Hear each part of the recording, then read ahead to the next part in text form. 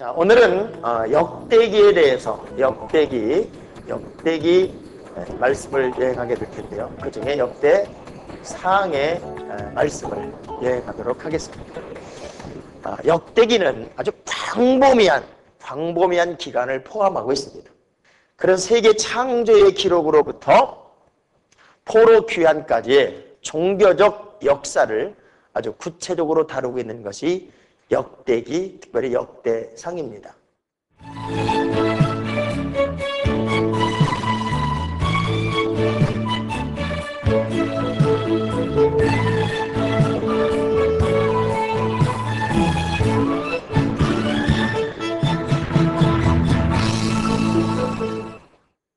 그 중에 역대상은 이스라엘의 모든 전 역사 중에 가장 침울하고 가장 암울하고 가장 절망적이고, 전 아멘 할 때까지 계속 한번 해보는 거예요. 가장 아픈 시기의 이야기를 기록한 그 역사서이기 때문에 오늘 이 역대상을 공부하다가 여러분의 기막힌 문제들, 또 암울한 문제들, 캄캄한 문제들, 답답한 것들이 다 해결되어지고 아주 밝고 찬란한 그런 내일이 열리는 희망이 이 여행 중에 여러분에게 찾아오는 하나님의 선물이 되었으면 좋겠습니다.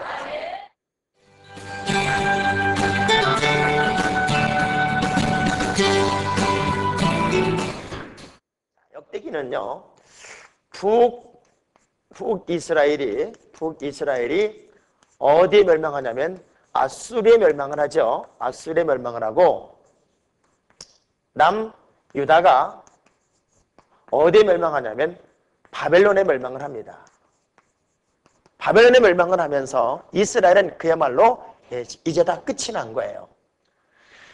모든 것이 끝이 나고 모든 것이 절망적인 환경을 다 겪고 난 이후에, 포로 귀환 3차가 끝난 이후에 기록된 것이 그 역대기이기 때문에, 그 역대기는 진행된 상황도 아니고 앞으로 될 일도 아니고 이미 겪어온 삶의 이야기를 이렇게 선지자적 관점으로 말씀을 쭉 나누는 과정이기 때문에, 우리가 성경을 읽다 보면요, 사무엘서가 있고 열왕기서가 있고 그 다음에 역대기서가 있는데, 사무엘서, 열왕기서와 역대기 내용이 거의 중복되는 것 같은 그런 느낌을 갖게 돼요. 그리고 성경 읽다가 제일 힘든 성경이 어디냐면 역대상입니다. 왜냐하면 역대상은 1장부터 9장까지가 사람 이름만 나옵니다. 족보 이야기가 얼마나 길게 나오는지요. 어지간히 내가 한 장도 쉬지 않고 내가 제대로 성경 한번 읽어보려 마음먹은 사람도 역대상에 딱 보면은 훌쩍 10장이 넘어가는 게 역대상입니다. 그래서 역대상은 빨리 읽어요. 왜냐하면 10장을 한꺼번에 넘겨버리기 때문에. 그 역대상의 이야기를 이렇게 보면은 사무엘서와 열왕기서가 무엇이 역대기와 다른가 하는 걸 구분하게 되는데요. 이 사무엘서, 열왕기서가 선지자적 관점으로 봤다면 역대기는 제사장적 관점으로 봅니다. 그러니까 보는 관점이 달라요. 그러니까 어린아이가 보는 눈이 다르고 어른이 보는 눈이 달라요. 정치가가 보는 눈이 다르고 목사가 보는 눈이 달라요. 그래서 성경의 역사를 보면은 수많은 정치의 이야기가 있지만 대부분이 하나님의 관점으로 보는 게 성경적인 이야기예요. 그래서 사무엘서와 열왕기서는 선지자적 관점으로 봤다면 이 역대기는 제사장적 관점으로 봅니다. 그래서 이걸 우린 정치사라 그러고요. 역대기를 따라합시다. 종교사라 그러죠. 그래서 아주 신앙적인 내용을 깊이 뿌리 깊게 파헤쳐 나가는, 그래서 수많은 열왕들의 이야기를 거의 다 빼내고 주목받는 두 사람의 이야기를 아주 집중 조명하는 것이 역대상, 역대하입니다. 그래서 역대상에는 키워드로 등장하는 인물이 누구냐면 다윗이고, 역대하에는 아주 대체적인 내용이 솔로몬에 관한 이야기입니다. 그래서 여기는 전쟁의 이야기를 아주 중요하게 다루고요. 중요하게 다루고, 여기는 성전의 역사, 특별히 성전에 관한 얘기, 어떻게 성전이 지어졌으며 성전에서 어떻게 기도하며 성전에서 하나님께 매달릴 때 어떻게 응답받는 그 성전의 역사를 굉장히 중요하게 다루는 것이 역대기고요. 여기는 무슨 아주 극명한 차이가 뭐냐면 사무엘서나 열왕기서는 두 나라 이야기입니다. 두 나라. 어디예요? 유다와 이스라엘의 이야기인데 여기는 한 나라 이야기입니다. 한 나라. 어디 것 같아요? 유다의 이야기입니다. 유다. 그래서 유다의 이야기만을 집중적으로 조명하는 것이 역대기예요. 그래서 이거를 민족사라고 말하고 여기를 다윗의 계보라고 말하고 또 대부분 인간의 실패에 관한 이야기 또 인간의 관점으로 모든 걸 판정했다면 여기는 하나님의 신실한 이야기 하나님의 관점으로 보는 아주 구체적인 내용들이 전개가 나갑니다. 그런 관점의 차이를 놓고 우리가 이제 오늘 역대상을 여행하는데 역대상은 탁 열면은 1장부터 10장까지가 사람 이야기만 계속 나온다 그랬죠. 왜 그러냐면 이 바벨론은 이 유다 왕국을 정복하면서 이 느부갓네살 왕이요 그냥 유다를 초토화시키는 것이 아니라 예루살렘을 초토화시키는 것이 아니라 사람들을 1차, 2차, 3차에 걸쳐서 포로로 잡아가요. 포로로 잡아가고 거기에 자기 나라 사람들 이주를 시켜서 인구 혼합 정책, 유화 정책을 쓰는 거예요. 그러면서 사람들이 이제 또 그 페르시아의 바벨론이 망하게 되니까 또 다시 자기 본 땅으로 1차, 2차, 3차로 보냈는데 70년의 포로 생활을 이렇게 하다가 고향 땅에 돌아보니까 우리 민족의 정체성이 없어졌어요. 다른 나라 사람들이 와서 주인 행세를 하고 있는 거예요.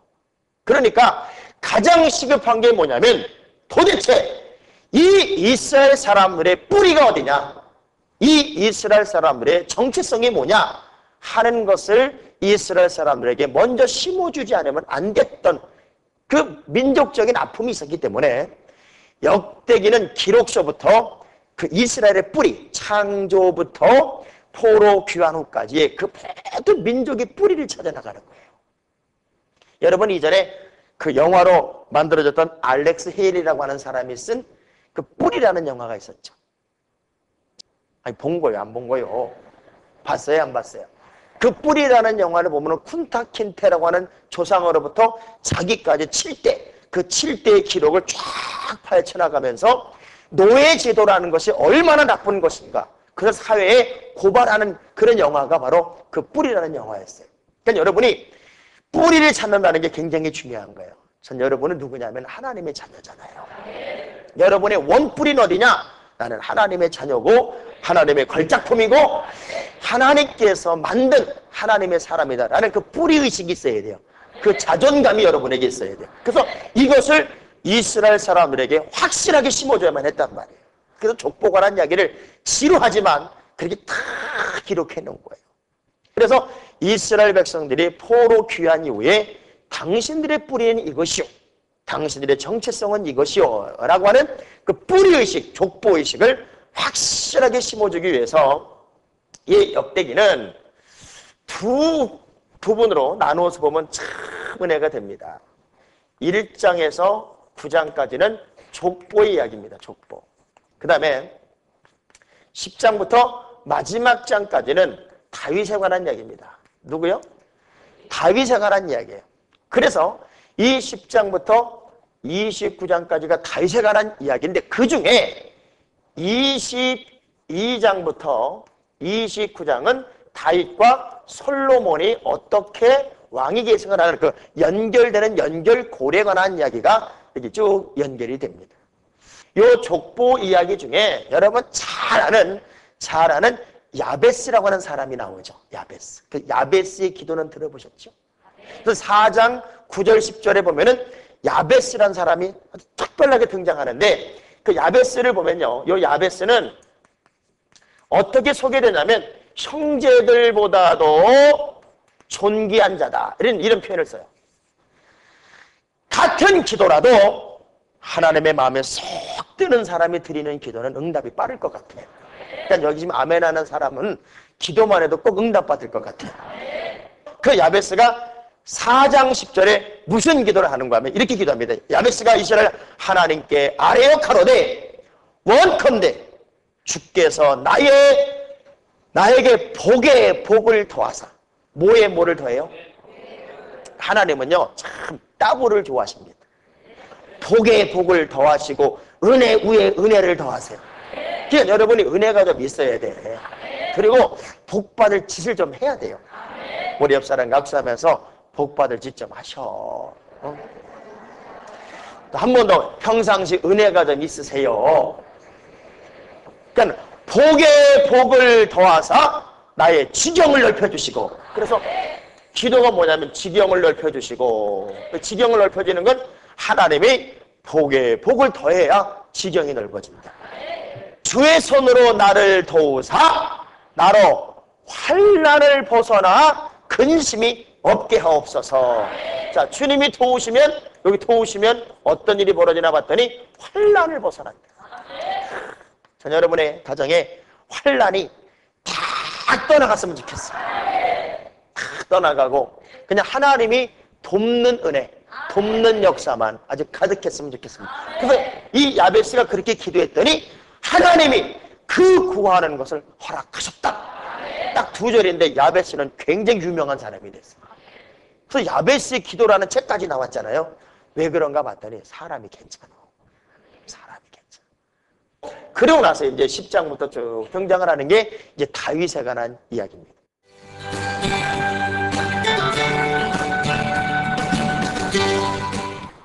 하나님의 마음에 들었던 사람, 그야말로 하나님과 배짱이 통했고 가슴이 통했던 사람. 인생을 살아가다 보면요, 이 가슴이 통하는 사람 한 사람만 만나도요 살맛이 납니다. 아내와 남편이 가슴이 통해봐요. 뭘 못하겠어요. 직장에서 사장과 부하 직원들이 가슴이 통해봐요. 그 회사가 왜 안 되겠어요. 교회에서 목사님과 성도들이 가슴이 통해봐요. 뭘 못하겠어요. 그러니까 보세요. 하나님의 교회도 보면은 가슴이 통하는 사람이 목사님과 위대한 팀워크를 만들면 기적을 만들어요. 그래서 우리 하나님도 누가 그렇게 좋으냐면 다윗이 좋아. 너무너무 좋아서 내가 그 수많은 사람들 중에 다윗을 보니까 내 마음에 합하대. 내 마음에 쏙 든대. 무대에 수많은 사람들이 이렇게 있는데요, 무대에 수많은 사람들 속에 그 주조명이라는 게 있잖아요. 그걸 서치라이트라고 그래요. 서치라이트. 그 서치라이트가 열왕기 상하 지나고 역대상하로 가면서 그 서치라이트가 주조명이 누구에게 집중되냐면 다윗과 솔로몬에 집중이 돼요. 저는 그런 인생을 주인공이라고 그래요. 주인공. 여러분 성경에도 보고 또 영화를 보더라도요, 주인공은 절대 안 죽는 거 아시죠? 주인공은 총을 맞아도 안 죽고요, 주인공은 칼을 맞아도 안 죽어요. 그러니까 다윗과 솔로몬은 주인공이야. 기왕 예수 믿고 하나님의 자녀가 되었는데 하나님은 여러분을 엑스트라로 쓴 적이 없어요. 여러분은 주인공이야. 자, 옆 사람과 축복하세요. 당신은 이 시대의 주인공입니다. 10장에서 11장까지는 이제 사울왕의 죽음과 이제 다윗의 등극에 관한 이야기를 쭉 이제 등장을 시키죠.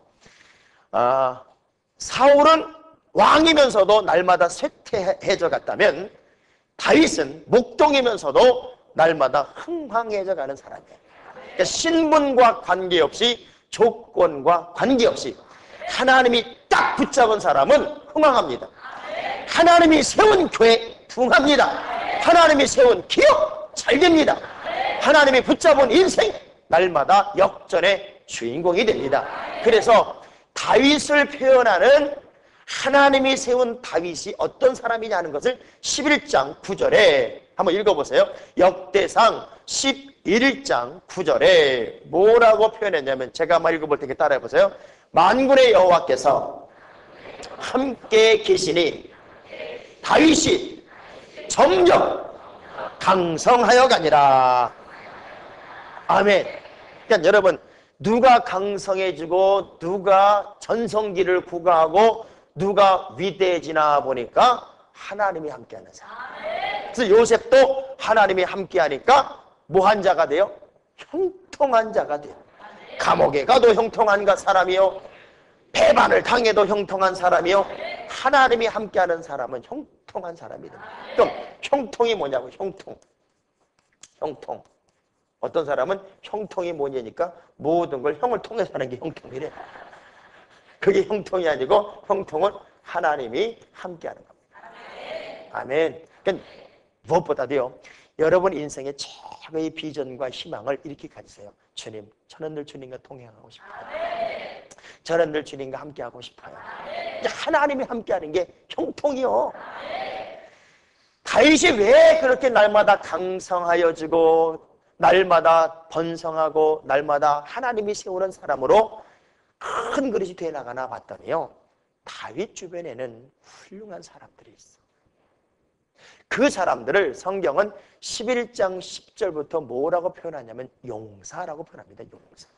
그 중에 다윗에게 아주 확실한 3명의 용사가 있었는데요, 이 3명의 용사가 누가 있냐면은, 자, 한번 따라해보세요. 야소부암, 엘르아살, 아비새. 네, 다시 한번 해봐요.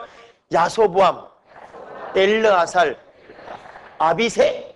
이 3사람이요, 다윗에게 그야말로 핵심적인 참모야. 그 사람들을 용사라고 그럽니다. 어느 날 다윗이 혼잣말로 그러죠. 블레셋에 이렇게 이제 포위가 되었을 때, 저 베들레헴 우물물에 가서 물을 한번 피다 먹으면 좋겠다. 목마르다. 저 베들레헴에 가면 시원한 물이 있는데 우리가 포위당해서 그 물도 못 떠다 먹겠다. 그리고 혼잣말로 중얼거렸는데, 그 얘기를 딱 듣는 순간 이 3명의 용사가요, 군대, 그 적군을 충돌하여, 성경에 뭐라고 표현되냐면 그 적군을 충돌하여 가서 그 베들레헴 우물에서 물을 길어다가 다윗에게 탁 갖다 주는 거예요. 그 물을 받으면서 다윗이 너무너무 감격해. 하나님, 이건 물이 아니라 저들의 생명입니다. 이건 그냥 생수가 아니라 나와 함께 위대한 팀워크를 만들어가는 저 용사들의 피와 같은 것입니다. 막 감격을 하면서 그 물을 못 먹어. 그 물을 못 먹고 이렇게 버려요. 목사님들이 그런 교회 만나면 얼마나 좋을까. 자, 교회의 재직은 뭐냐? 교회 임원은 누구냐? 다윗에게 있었던 3명의 용사 같은 사람이에요. 그런 기가 막힌 팀워크를 만들어가는 존재들이 교회의 임원이 돼야 되고 재직이 돼야 돼요. 어떤 사람은요, 뭐만 하려고 그러면 의장. 어디서 하든 버릇인지 몰라. 의장. 왜 목사님이 의장이 베란간에 돼가지고 어떻게 손을 들어대는지. 그러니까 어느 게 장로님은 하여간 30년 동안을 예배 드릴 때마다 졸고 회의할 때마다 졸아가지고 다른 사람이 다 싫어할 줄 알았는데 그 교회 목사님이 최고로 좋아하는 장로가 됐답니다. 왜냐하면 회의만 하면 회의 시작하자마자 맨 앞에 앉아가지고 졸아. 그래서 어떻게 생각하십니까? 좋습니다. 어떻게 생각하십니까? 좋습니다. 그분이 하도 긍정을 해가지고 모든 게 다 됐다는 거예요. 그러니까 여러분, 교회가 어떤 때 성장하고 어떤 때 부흥하나 보니까 목사님과 믿음의 핵심 참모진들이 기가 막힌 팀 플레이를 해나갈 때, 기가 막힌 팀워크를 만들어갈 때 그때 기적을 만들어요. 난 다윗은 혼자 잘난 게 아니더라고. 혼자 똑똑한 게 아니고 그 주변에 생명을 걸어주는 그런 용사들이 있었어. 그 용사란 말은 물론 전쟁의 영웅, 또 재능이 많은 자, 권위자, 권세자 여러 가지 의미를 갖지만 제가 말하는 용사는 협력자, 조력자. 전 여러분이 여러분의 교회 최고의 용사들이 되시기 바랍니다. 아주 핵심적인 용사가 되시기를 바랍니다. 그래서 이 팀워크를 가지고 다윗은 전쟁도 하는 것이고 팀워크를 가지고 기적을 만들어 갑니다. 그 용사들에 관한 이야기가 이제 쭉 나오다가 12장에 군대 조직에 관한 이야기를 해줍니다. 군대 조직. 교회도 마찬가지고 일반 단체도 마찬가지고 조직이 잘 돼야 돼. 조직. 여러분 깡패 조직이 아니라 하나님의 역사를 만드는 조직이 교회가 돼야 돼요. 섬기는 조직, 봉사하는 조직, 전도하는 조직. 그 군대 조직을 착착착 만들어 가니까 그 일사불란하게 움직이는 거예요. 교회가 그냥 대충 얼렁뚱땅 그렇게 가는 게 아니라 정확하게 조직을 만들어 가면 강해요. 그래서 하나님의 교회는 팀워크야, 팀워크. 얼마만큼 강력한 팀워크를 만들어 가느냐. 마귀가 왔다가 7길로 도망갈 만큼 똘똘똘 뭉쳐 있어서 하나님의 교회는 그 사랑의 조직으로 딱 묶여 있어야 돼요. 교회는 제가 늘 표현한 얘기지만 교회는 메주덩어리가 돼야 돼요. 메주덩어리. 여러분 콩 아셔? 콩? 어? 콩은 자루에 담아놓으면 하나예요. 한 자루예요. 그런데 그 자루에 담아놓은 콩을 여기다가 쫙 쏟으면 다 지멋대로 가요. 예배 드릴 때 교회 안에 올 때는 다 하나 같은데 세상에만 풀어놓으면 다 각자야. 콩은요 희한하지? 콩은 절대로 둘도 안 붙어. 그냥 각자 굴러가. 교회가 만약 그렇게 각자 개인 프레이를 한다면 역사는 없죠. 그래서 이 콩이 어떨 때 붙나 보니까는 푹 삶으면 붙어요. 삶으면 더 안 붙어.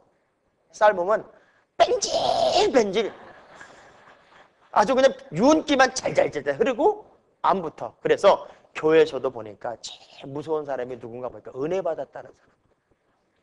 40일 금식기도 했다는 둥, 내가 기도만 하면 하늘이 보인다는 둥.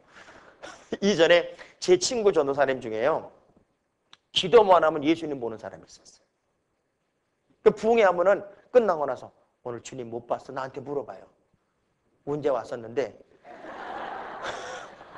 그 친구 하는 얘기 좀 보세요. 목사님 말씀 전할 때 뒤에서 예수님이 왔다 갔다 했대. 나는 안 보이는데 그 친구는 보인다는 거예요. 난 너무 신기해요. 근데 어느 날은 뭐라는가 하면 우리 주님이 나한테 음성을 주셨대. 어느 여자 청년을 사귀라고 그랬다는 거예요. 그래 사귀더라고요. 한 3주쯤 지나가더니 우리 주님이 바꾸라고 그랬대. 그래도 다른 여자를 사겨. 내가 그때 그랬어요. 예이 나쁜 놈아. 하나님의 음성을 듣는다. 뭐 내가 금식 기도를 몇 번 했다. 이 영적 교만이 들어오면요, 이 당할 재간이 없어요. 그래서 그랬잖아요.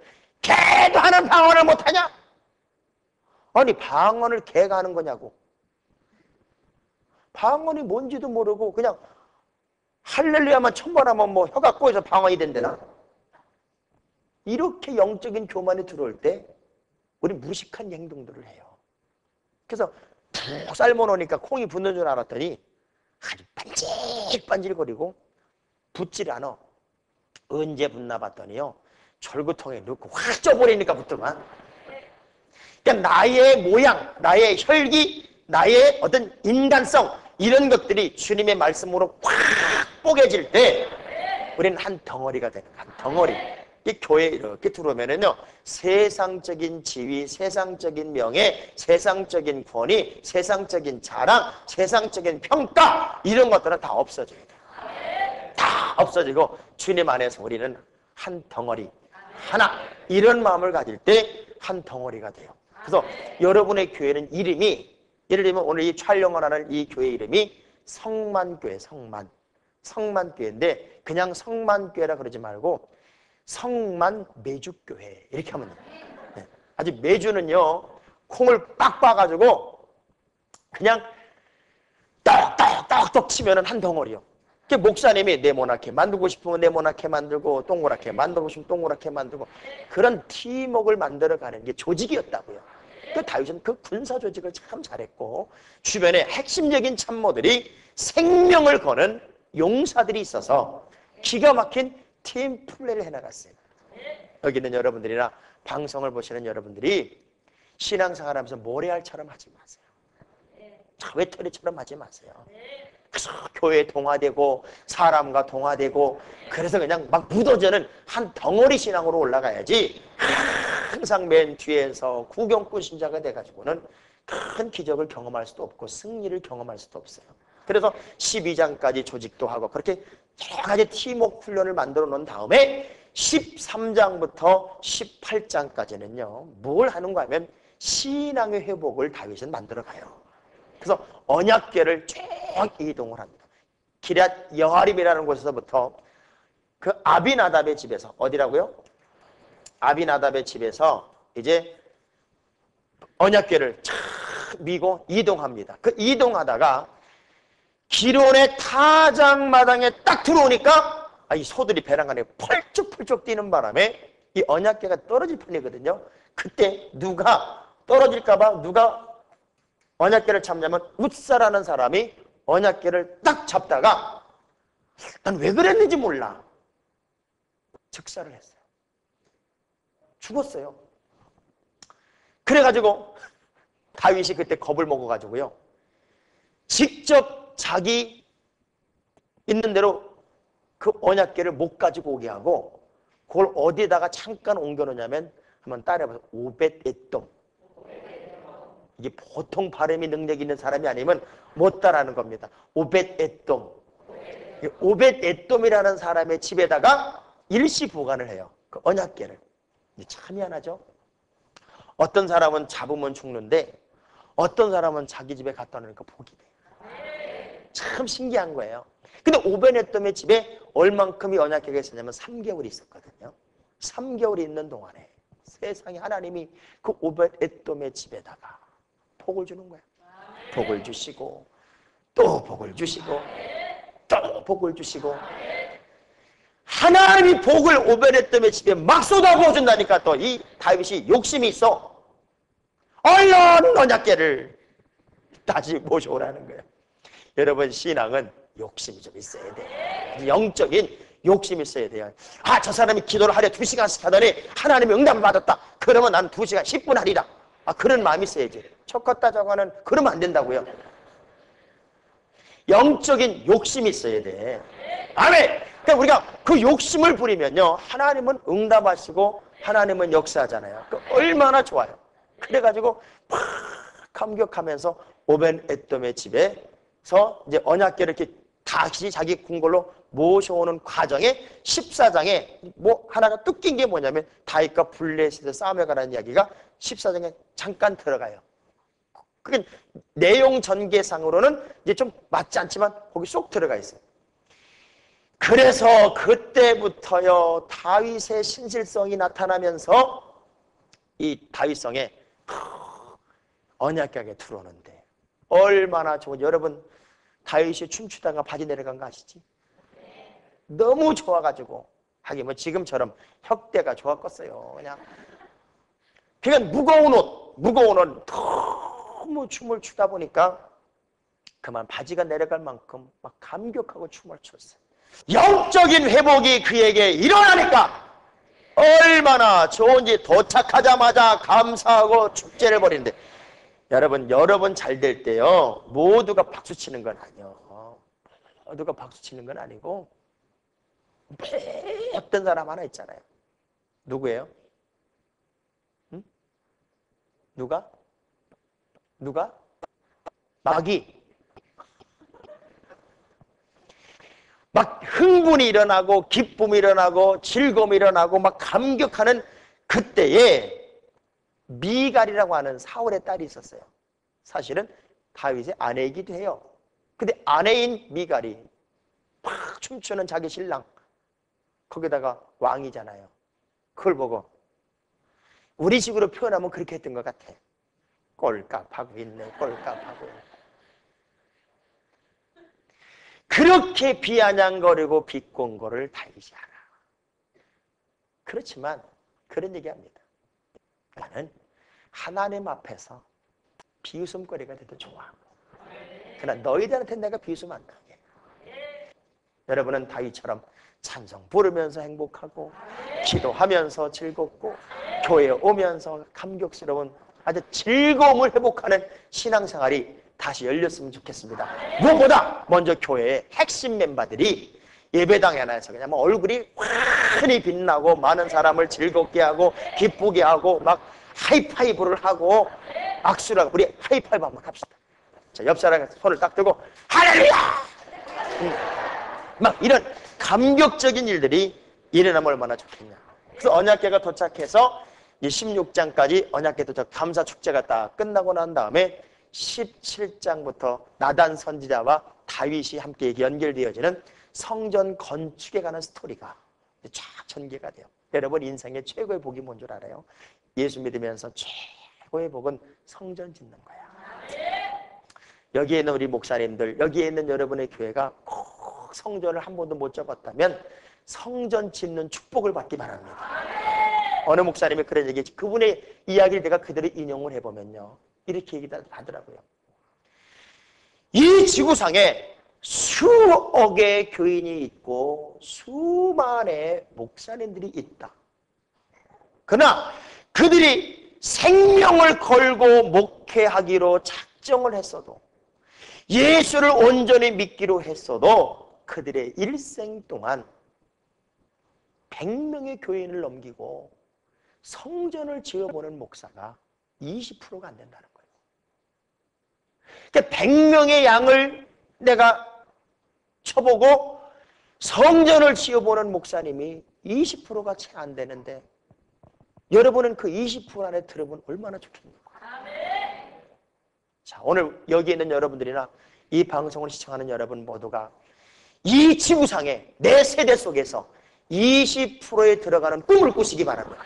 20%에 들어가는 희망을 갖기 바랍니다. 한번 따라서, 주여, 나도 20%에 들어가게 하소서. 그럼 이미 20%에 들어갔다면 이젠 아직도 20%에 들지 못한 사람을 위해서 뭔가 여러분이 노력을 해줘야지. 나만 잘 먹고 잘 살려고 그러면 안 된다고요. 그래서 나단 선지자한테 성전 건축하는 이야기를 쭉 했더니 1절부터 15절까지 나단 선지자가 하나님의 음성을 듣고 와서 이런 얘기를 합니다. 한번 따라해서, 건축을 내가 하지 마라. 건축 네가 하지 말라는 거예요. 네가 하지 말고 네 아들이 할 거니까 넌 하지 마라. 그러나 하나님이 내가 그런 마음을 먹은 그 순간부터 너에게 주신 비전은 이거다. 그러면서 무슨 얘기를 하는가 하면, 내 이름을 세상에 가장 존귀한 자로 만들 것이다.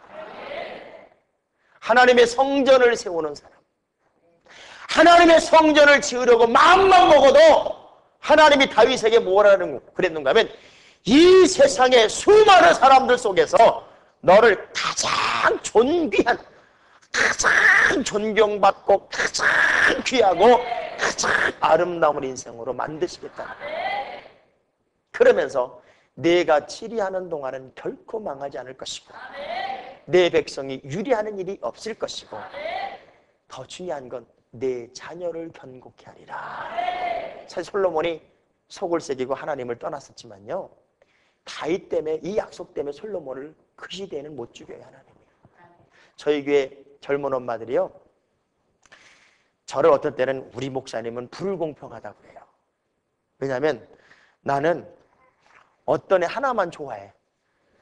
우리 교인 애 중에 어떤 애 하나를 되게 이뻐해요. 걔가 누구냐면 유민이라는 아이가 있어요.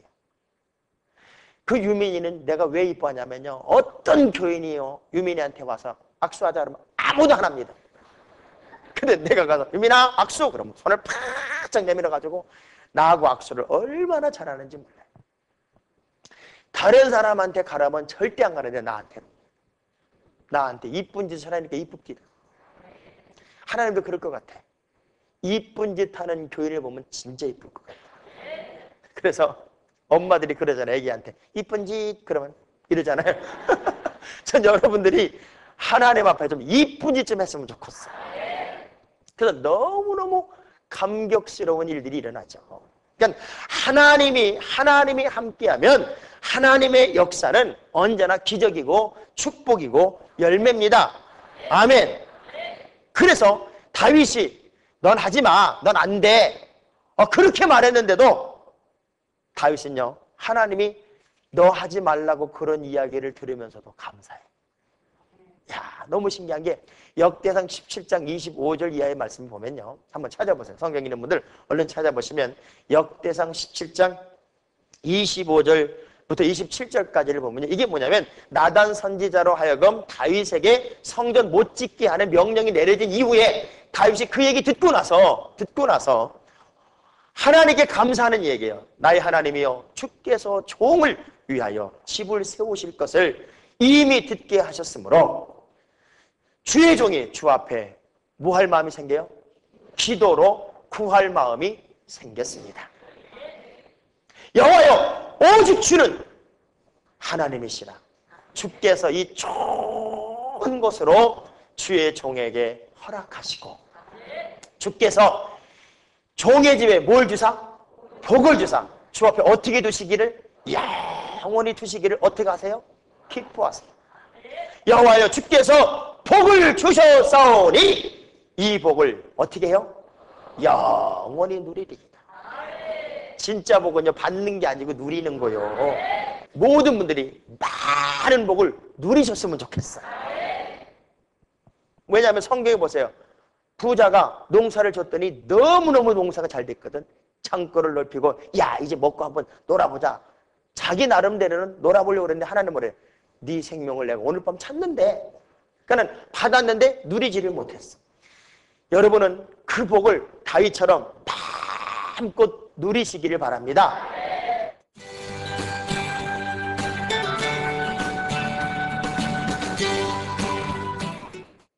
18장부터 20장은 다윗의 왕국이 확장되는 거예요. 암몬을 함락시키고 블레셋과의 전쟁에서 승리를 만들고 승승장구하는 거죠. 앞으로 여러분의 삶 속에 여러분의 앞길에 모든 장애물을 훌떡훌떡 뛰어넘으면서 그저 여러분의 지경이 넓어지고 여러분의 꿈이 넓어지고 정복하고 다스리고 확장되는 역사가 나타났으면 좋겠어요. 따라서 하나님이 함께하는 길은 언제나 승리의 길이다. 아멘. 옆 사람 각사하면서 하나님이 함께하면 언제나 승리합니다. 그래서 21장부터 마지막 장까지는 이제 성전을 완전히 짓는 이야기, 또 그 과정 이야기, 거기다가 솔로몬과 연결되는 이야기가 이제 마지막 장까지 쭉 연결이 되는데요. 다윗의 실책 중에 하나가 뭐냐면 인구조사라는 거예요. 인구조사. 지금 우리나라도 지금 막 인구조사를 하고 있는데 다윗의 인구조사는 의미는 달라요. 왜냐하면 하나님의 방법이 아닌 내 방식으로 하려고 하는 것은 지금까지 아무리 잘했다 할지라도 한 번만 우리는 잘못해도 영적으로 타락하는 것이기 때문에 하나님이 기뻐하지 않아요. 그러니까 여러분은 언제나 순간의 실수를 줄이는 지혜를 가지시라. 따라합시다. 순간의 실수를 줄이자. 다시 말하면 순간의 선택이 평생을 좌우하는 거예요. 여러분 보세요. 그 인간하고 결혼한 것 때문에 지금 여러분이 영원히 어떻게 책임졌냐고요. 그 순간의 선택을 잘하셨어야지. 지금 와서 후회한들 뭐 할 거냐고. 그러니까 그때 선택이 잘 됐다고 생각하고 그냥 사세요. 딴 생각 품지 말고 사시기 바랍니다. 이건 하나님의 뜻이 아니었어요. 그래서 21장 1절에 보면은 그 인구 조사를 뭐라고 표현하는가 하면 사단의 계교에 넘어가는 것이다 이렇게 표현해요.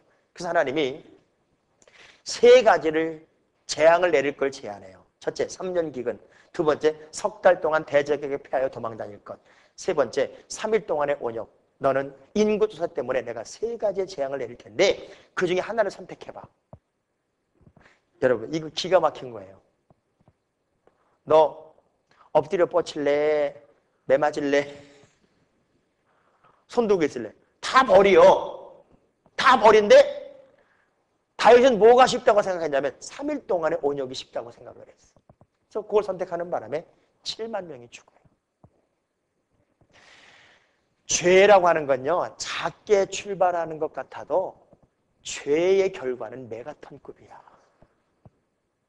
그래서 죄 짓지 마세요.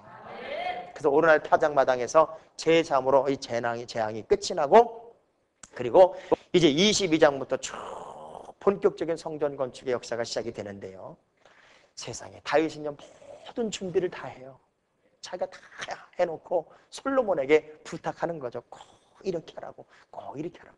며칠 전에 저희 교회 우익이 등록도 안 한 양반이요. 부흥에 참석했다가 목사님께 땅 사고 지경 넓힌다 그러는데 너무너무 나도 막 감동이 된다고 저도 헌금하고 싶어요.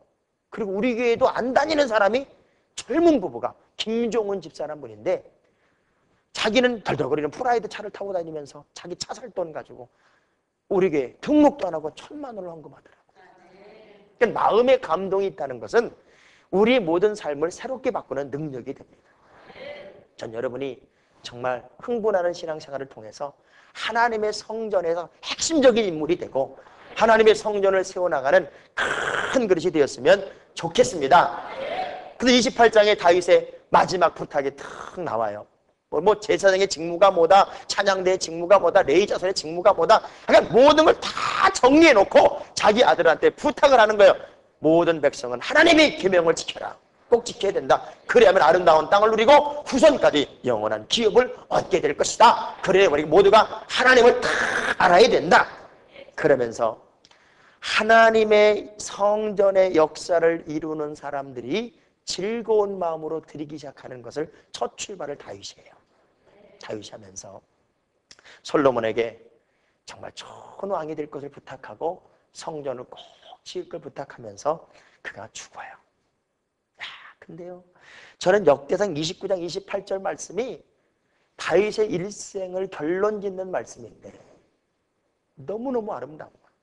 이 말이 제 가슴에 막 메아리처럼 들려오는데 한번 읽어보세요. 시작. 저가 나이 많아 늙도록 구하고 존귀하다가 죽음에 그 아들 솔로몬이 대신하여 왕이 되니라. 저가 나이 많아 늙도록 부했다. 늙도록 부했다. 여러분, 늙도록 부하고 늙도록 존귀하시기 바랍니다. 아주 주님 나라 가는 날까지 끝까지 하나님이 책임지는 거룩한 한 명이 됩시다. 따라서 하나님이 주목하는 사람으로 살으리라. 마지막까지 존귀하고 귀한 인생이 되는 것, 이것이 여러분의 거룩한 인생의 목적이요 목표가 되시기를 주의 이름으로 축원합니다.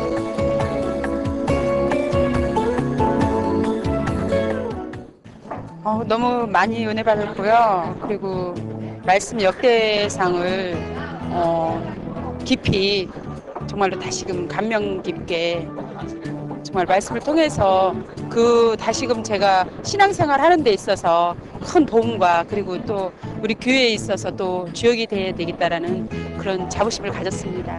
너무 깊이 있고 재밌고 아주 즐겁게 해주셨던 시간인 것 같아요. 아주 너무 좋았어요. 다시 도전받고 또 내가 새로운 각오로 내 생명 닿을 때까지 주님만을 바라보고 살겠다는 다짐을 했습니다. 우리 목사님 TV에서 뵀을 때보다 더 멋지시고요. 정말 은혜 충만한 시간이었습니다.